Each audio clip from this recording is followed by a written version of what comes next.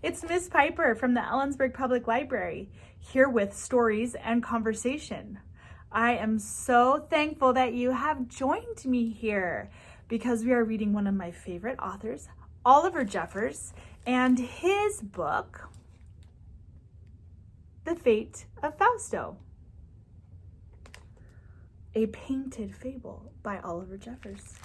This book is published by Philomel Publishing to Kurt and Joe and the rest. Who do you suppose the rest are? Might we be some of the rest? Here we go. There was once a man who believed he owned everything and set out to survey what was his.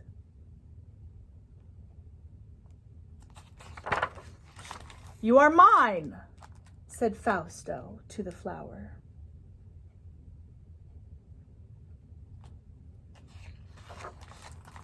"Yes," said the flower, "I am yours." Content, Fausto walked on.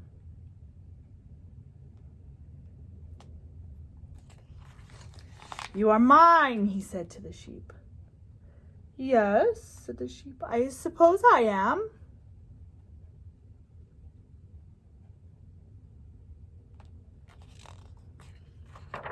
Feeling satisfied, Fausto walked on.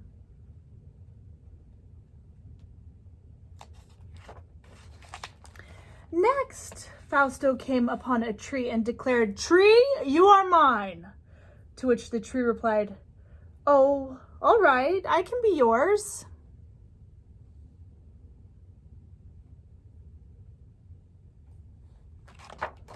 And the tree bowed before the man.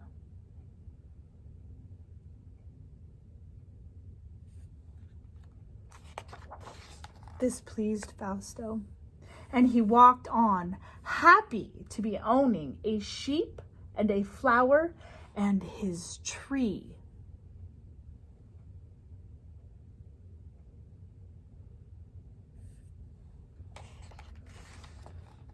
Before long, Fausto had claimed a field and a forest and a lake. At first, the lake had pretended not to hear.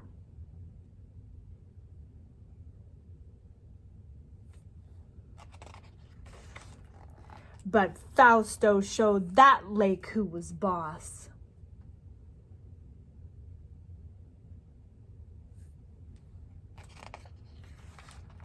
When he reached a mountain, Fausto said in a clear voice, "Mountain, you are mine."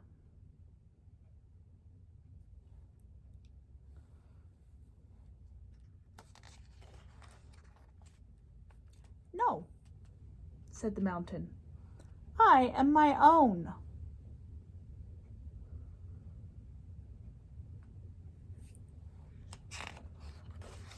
This angered Fausto, and he stamped his foot and made a fist.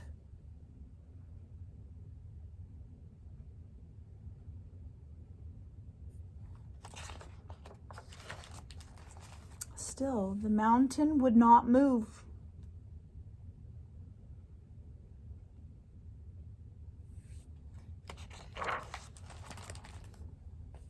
But Fausto put up such a fight you would not believe, and showed the mountain who was boss.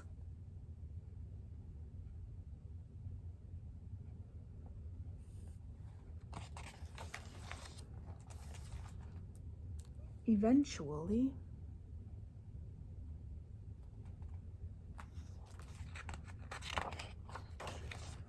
the mountain bowed before Fausto and said, "Yes, you are in charge. I am yours."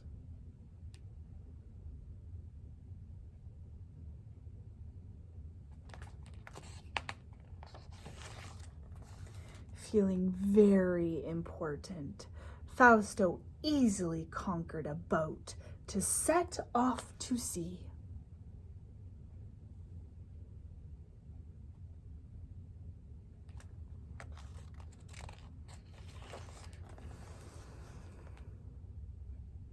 For a mountain, a lake, a forest, a field, a tree, a sheep, and a flower were not enough for him.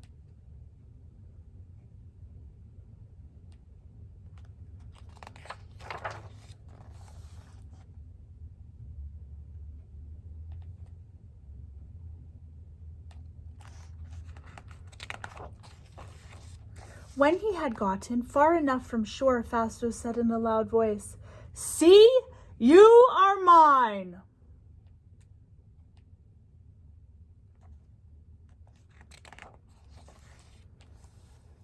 But the sea was silent.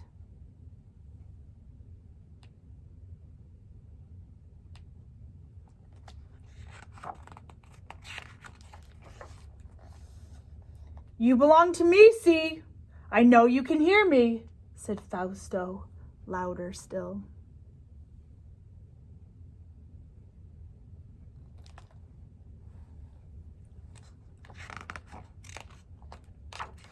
Then after a while, the sea said quietly, "You do not own me."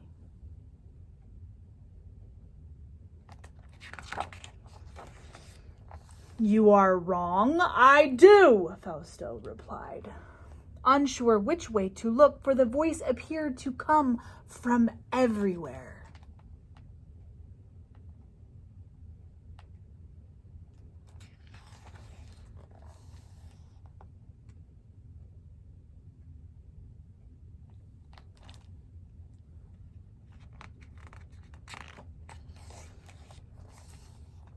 "But you do not even love me," said the sea. "You are wrong again," said the man. "I love you very much." But Fausto was lying, and the sea knew it.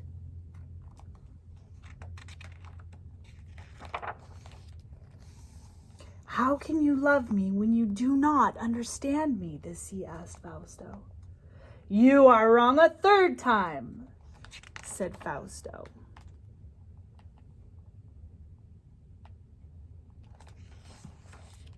"I understand you deeply," then added, feeling impatient. "Now, admit you are mine, or I will show you who is boss." "And how will you do that?" asked the sea. "I will stamp my foot and make a fist."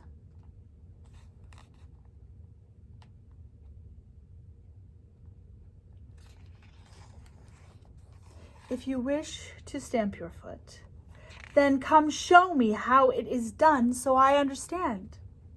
And in order to show his anger and importance, Fausto climbed overboard to stamp his foot on the sea.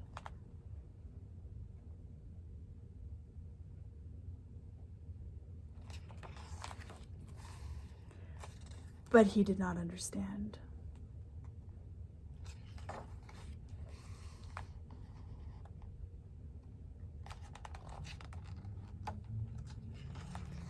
And he did not know how to swim.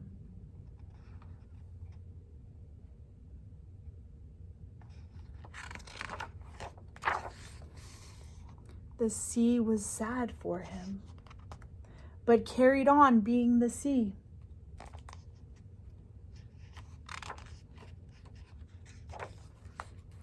The mountain, too, went back to its business.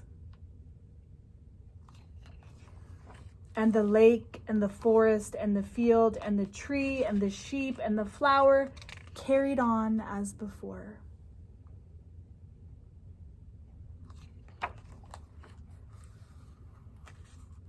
For the fate of Fausto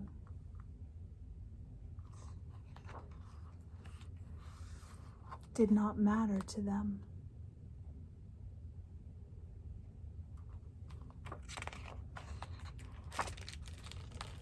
The end. The Fate of Fausto by Oliver Jeffers. That book kind of reminds me of a book called The Giving Tree by Shel Silverstein. Have you ever read or been read that book before? It's a good one too. You might want to check that out. It's here at the library as well. What did you think? One thing that also stood out to me was how simple the drawings and the illustrations were in that story, and even sometimes how there were blank pages. What do you think that meant? That's just a bonus question. I haven't even gotten to my 3 questions yet. All right, question number 1.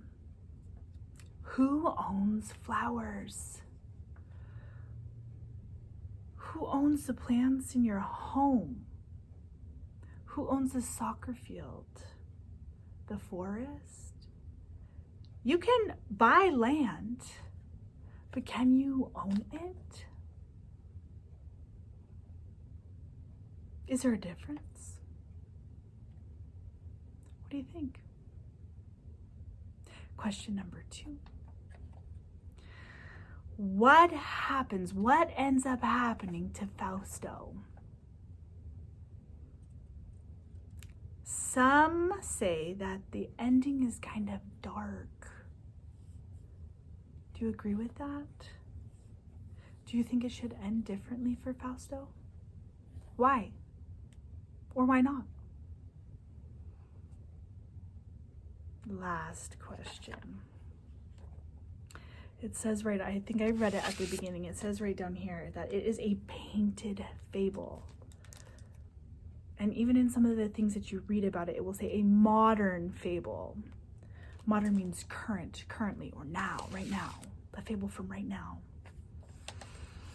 I looked up fable. Do you know what it means?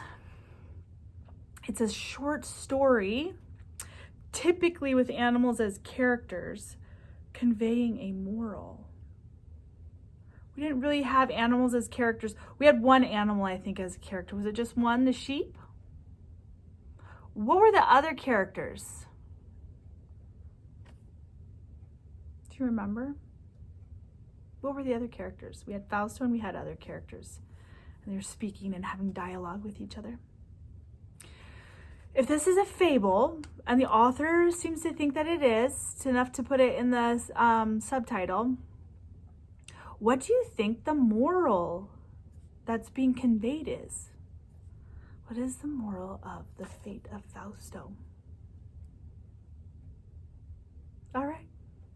I had a great time with you today. Have a happy day. Have a happy week. And I will see you here next time, hopefully.